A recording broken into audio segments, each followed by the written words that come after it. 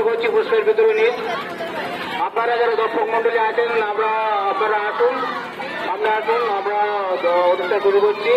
আমাদের অতিথি শ্রী প্রবীর চট্টোপাধ্যায় মহাশয় আছেন মঞ্চে, আমাদের জেলা মঞ্চে আছেন।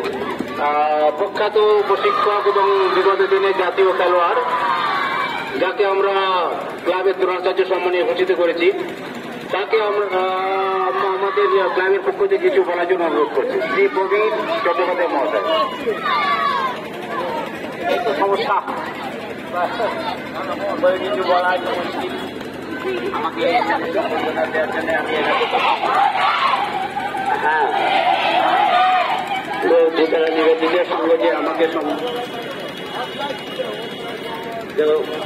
দেওয়ার জন্য আমি আজকে ওনাদের প্রতি কৃতজ্ঞ এবং আপ্লুত। জানি না আমি এর যোগ্য কিনা, এর যোগ্য কিনা।